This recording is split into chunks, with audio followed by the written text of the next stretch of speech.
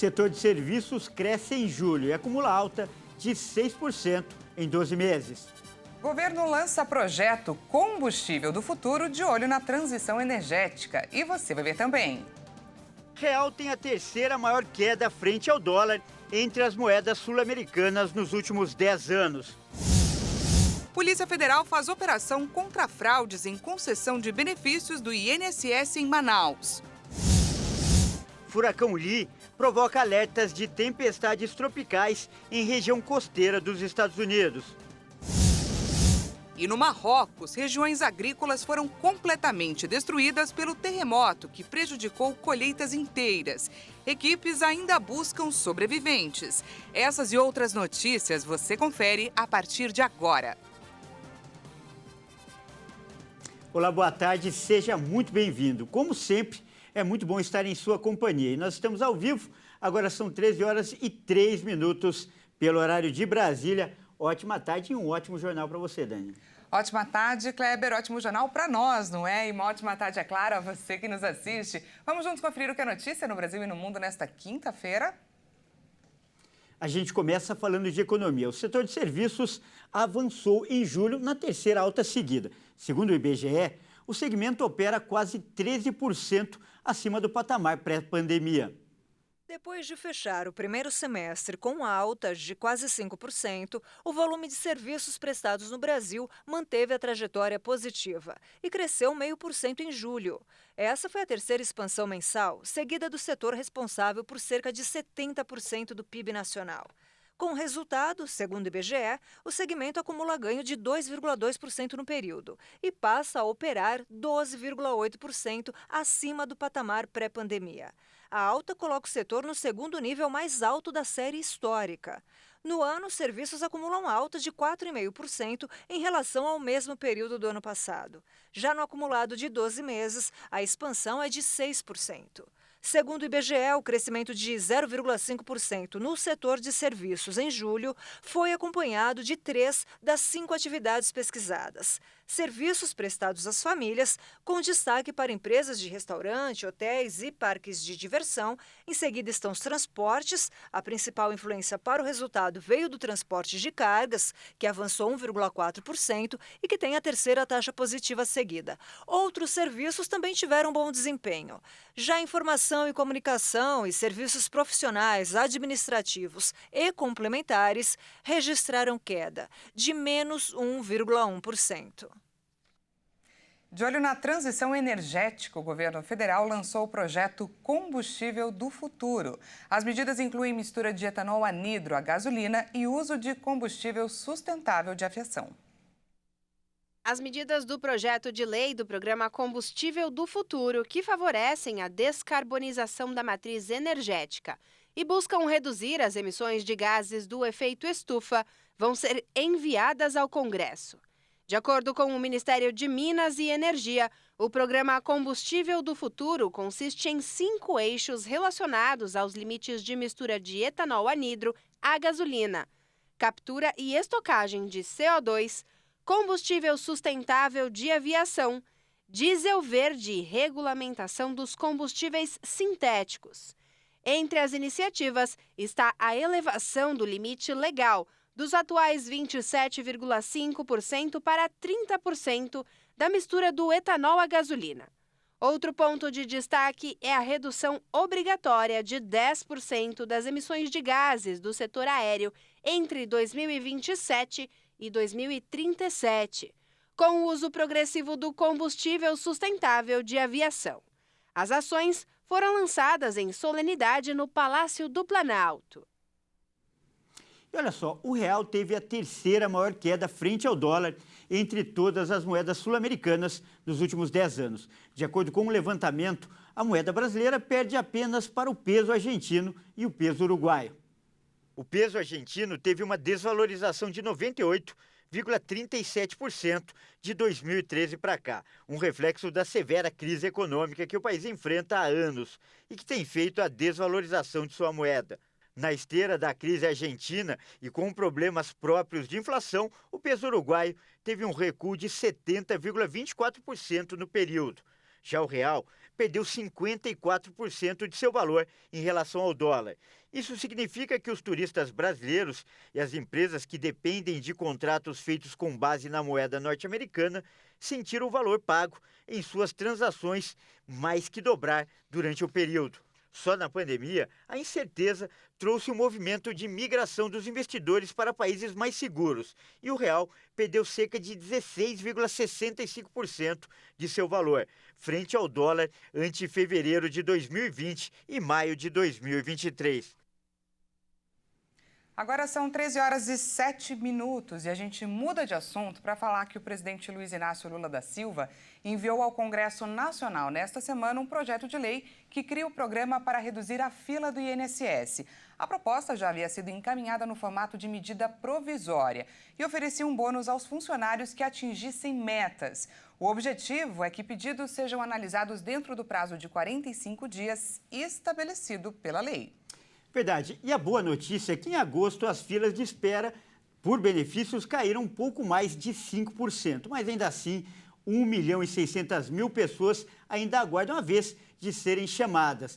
Zerar a fila ainda parece um sonho distante para essas pessoas. Por isso, para falar mais sobre esse assunto que afeta tanta gente, esse é o tema da nossa entrevista de hoje.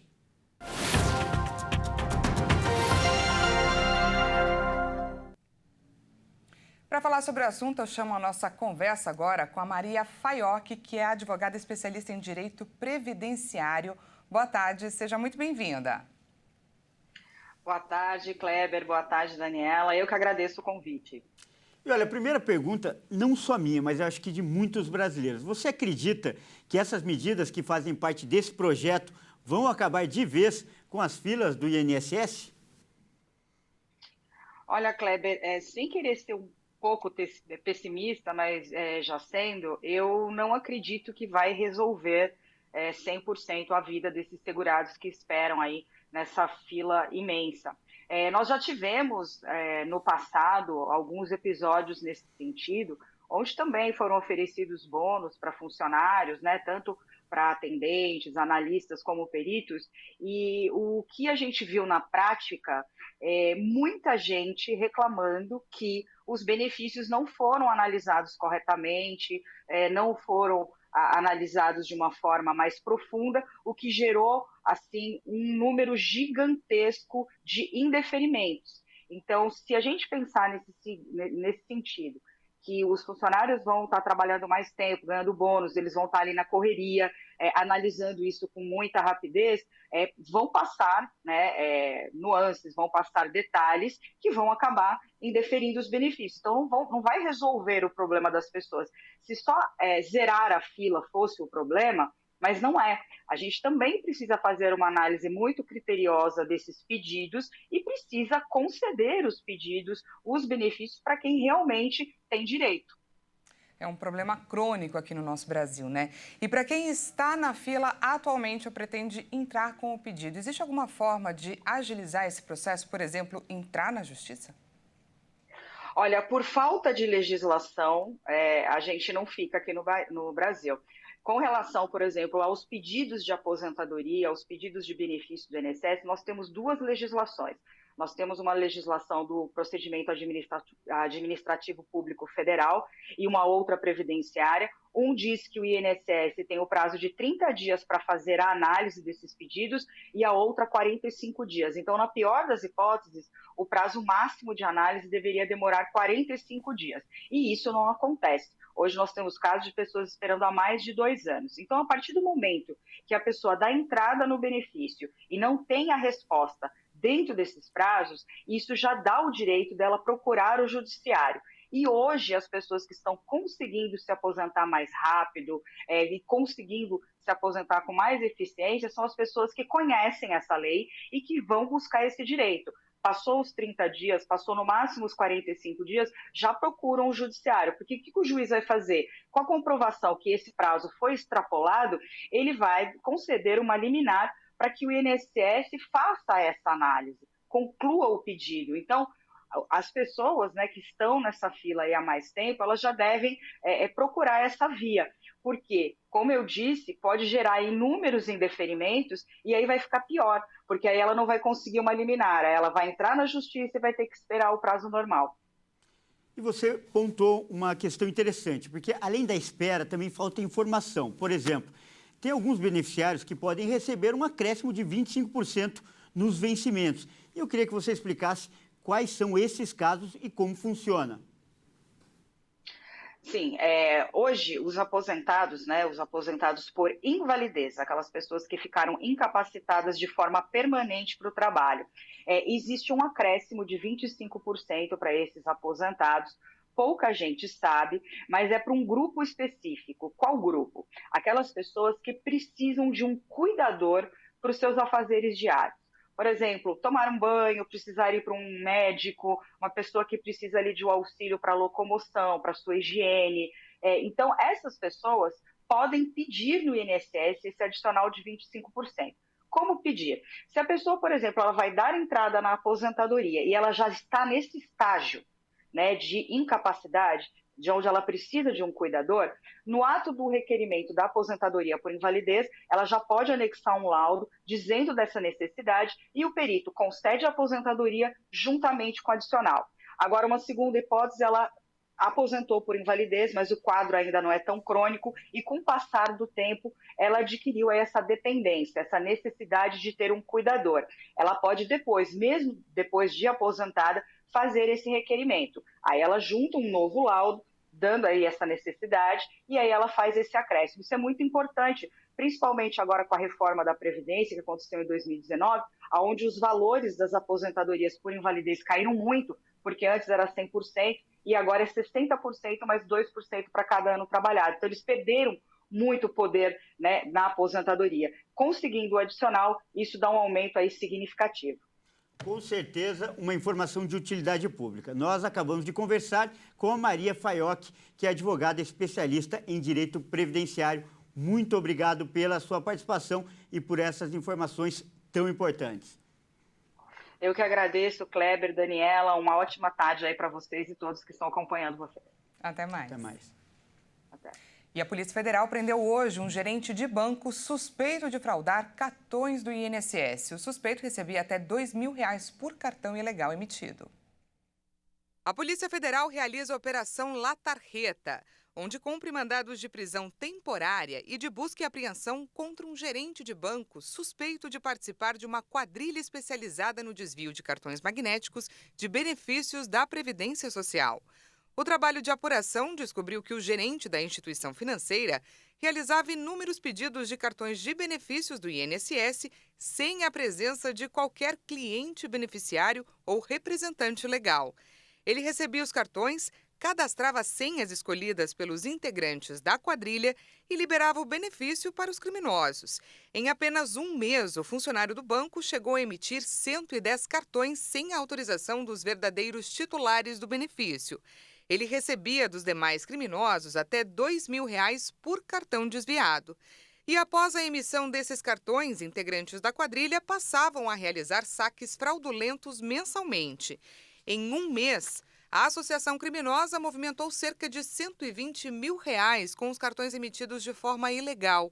De acordo com a Polícia Federal, o preso vai responder pelos crimes de associação criminosa e estelionato previdenciário. Caso seja condenado, ele pode receber pena de até 13 anos de prisão.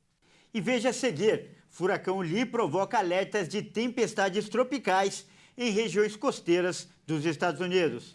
E no Marrocos, regiões agrícolas foram completamente destruídas pelo terremoto que prejudicou colheitas inteiras. Nós voltamos já, não perca!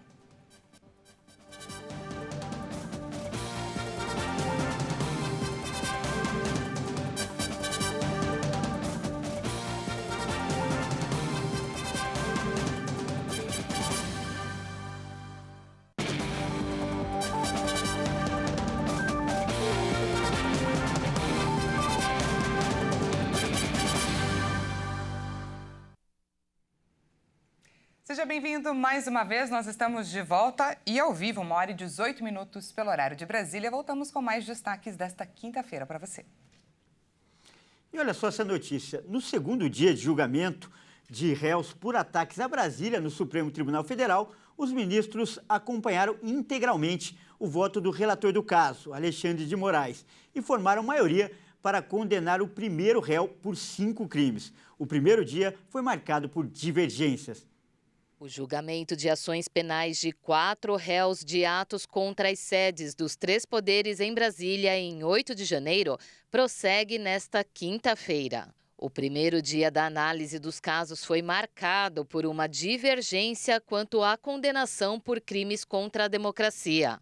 O relator, ministro Alexandre de Moraes, votou para que o primeiro acusado, Aécio Lúcio Costa Pereira, seja condenado a 17 anos e 6 meses de prisão e fixou o pagamento de 100 dias multa e danos morais coletivos no valor de 30 milhões de reais.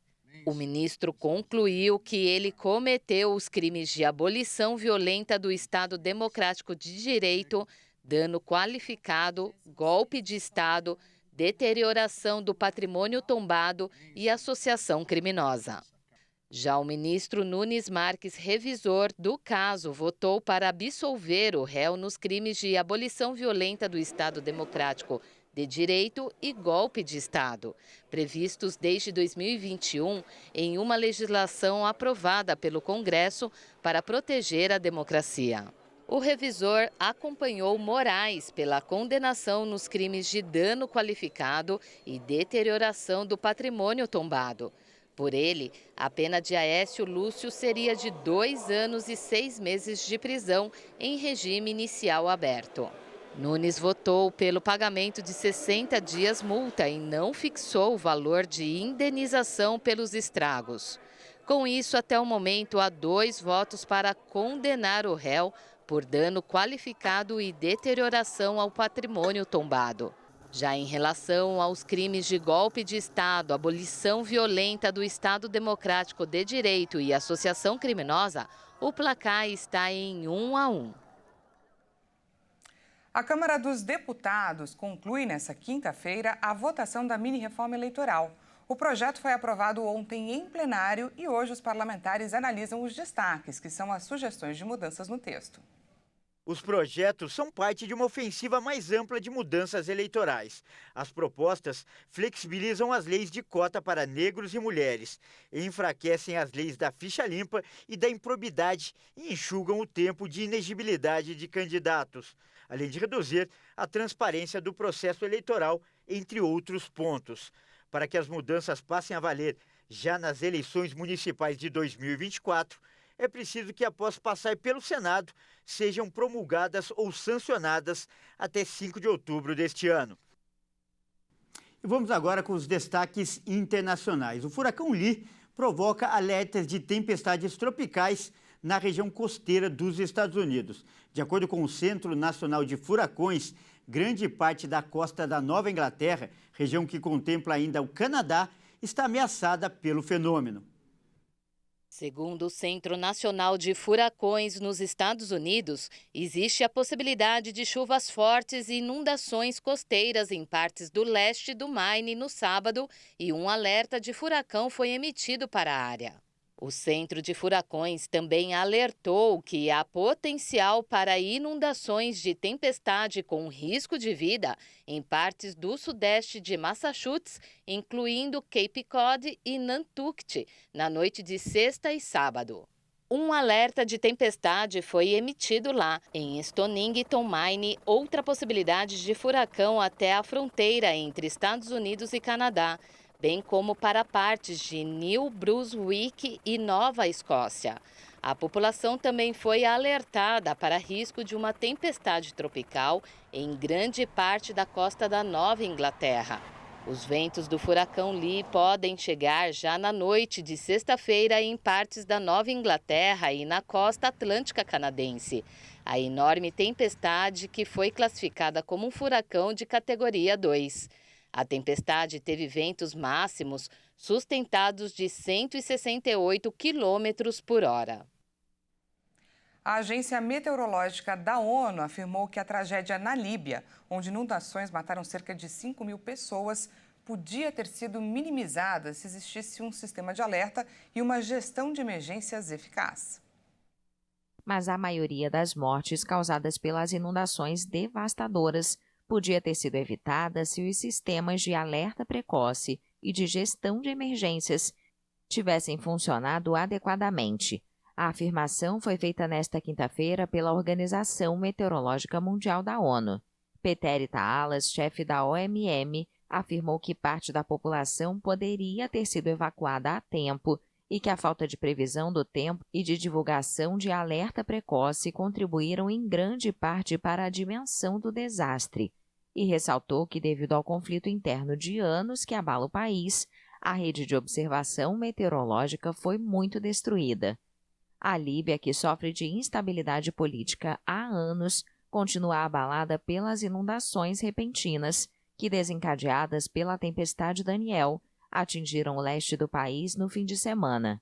As Nações Unidas, os Estados Unidos, a União Europeia e muitos países do Oriente Médio e do Norte da África estão enviando equipamentos de socorro e assistência, incluindo alimentos, água, abrigos de emergência e material médico. E regiões agrícolas do Marrocos sofreram muito com o terremoto e chegaram a perder colheitas inteiras. Na região de Al-Haus, por exemplo, agricultores contabilizam danos e tentam seguir a vida. Um vilarejo em ruínas e árvores sem frutos, mas Mohamed afirma que não vai deixar a terra, vital para ele, como para muitos outros habitantes desta região montanhosa do Marrocos, destruída pelo terremoto. Com as mãos cheias de terra, ele aponta para as árvores cultivadas de geração em geração pela família, debaixo das casas tradicionais de pedra e madeira pulverizadas. Esta região foi duramente afetada pelo terremoto, particularmente o setor agrícola. Esta vila se apoia muito na agricultura e foi muito afetada por esse terremoto.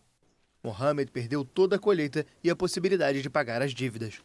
Nesta área montanhosa da região de Al-Haus, ao sul de Marrakech, a agricultura e o gado em pequena escala são uma fonte essencial de alimentos e renda.